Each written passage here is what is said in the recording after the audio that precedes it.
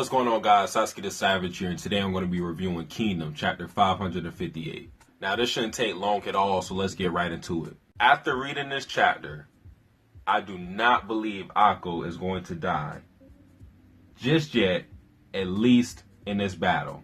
And before I tell you why, let's kind of frame this whole situation. You have Banaji, who's on the rampage against Akko's forces, taking out the joints, and Akko now has to step in and take Banaji out personally. You also have gyou'un, who's on a killing spree, so you need gyou'un to at least hold him off until Akko can kill Banaji.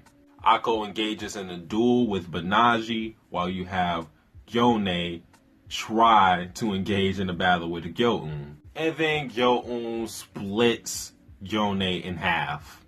But before he was split in half, gyou'un remarked that he miscalculated, he misjudged gyou'un's strength.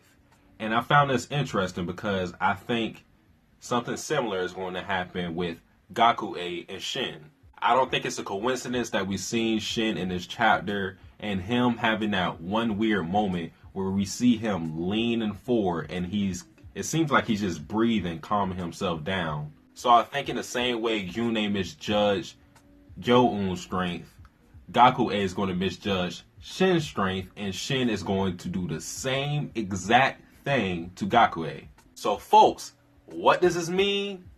One shot. Last review video, I said that I wouldn't have a problem with Shin one-shotting gyou'un.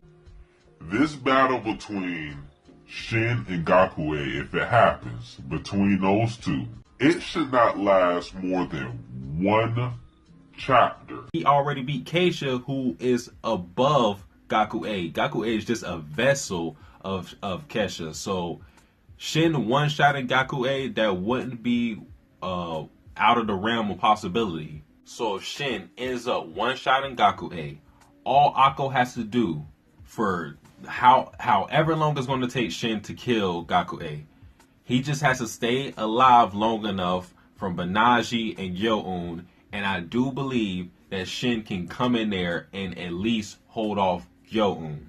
I also think it's safe to say that given what we've seen, gyou'un is probably the strongest out of the four that we've seen, because we know gyou'un is the weakest, obviously, but I think gyou'un is the strongest. He got to Akko without knowing Riboku's tactics, and of course Banaji kind of paved the way for that to happen, but still gyou'un kind of he got to Akko based on his strength alone, no tactics or anything like that.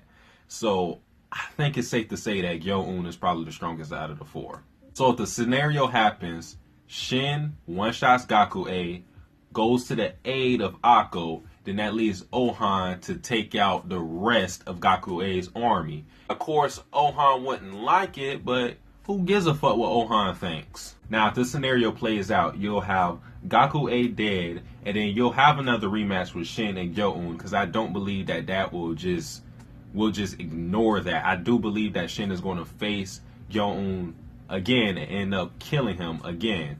So if Akko does stay alive, that will probably leave him with Banaji, and that will leave Ohan with the remains, which is Chogaryu.